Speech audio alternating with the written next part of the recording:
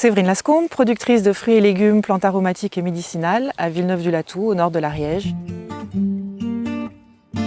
En fait, j'ai eu une prise de conscience assez violente concernant les problèmes d'environnement et d'alimentation, avec l'arrivée d'un premier enfant qui a été très malade jusqu'à l'âge de ses 4 ans, hospitalisé pendant les 2 premières années de sa vie. Les médecins ont posé un diagnostic très tardif sur une pathologie d'immunodéficience d'origine génétique. Et l'arrivée ensuite d'un second enfant qui lui avait des allergies alimentaires très conséquentes. Donc en tant que maman, j'ai cherché à trouver des solutions pour améliorer leur bien-être et j'ai pris conscience que selon ce qu'ils mangeaient, ils allaient plus ou moins bien. C'est ainsi qu'on est passé d'une alimentation industrielle à une alimentation 100% bio et très peu transformée. Après 12 ans de journalisme, j'ai décidé de devenir actrice plutôt que témoin de mon époque.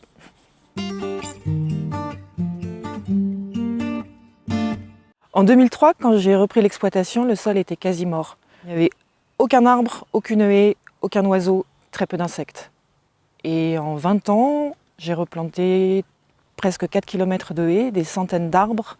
Aujourd'hui, on a recensé plus d'une quarantaine d'espèces d'oiseaux et on peut constater la restauration d'une faune très riche et variée. En agriculture biologique, on est contrôlé tous les ans, avec parfois aussi un contrôle supplémentaire aléatoire.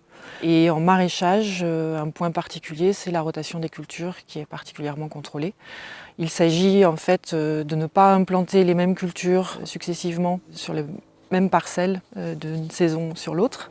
Cette technique qui est millénaire permet d'une part d'enrichir les nutriments du sol et aussi d'empêcher le développement de maladies et de ravageurs.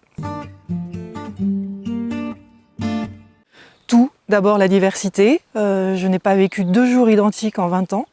Le fait d'être dans une démarche de progrès permanent et de progression. Et puis le plaisir de nourrir sainement les autres. Le mot de la fin, ce serait celui d'Hippocrate. Que ton alimentation soit ta première médecine.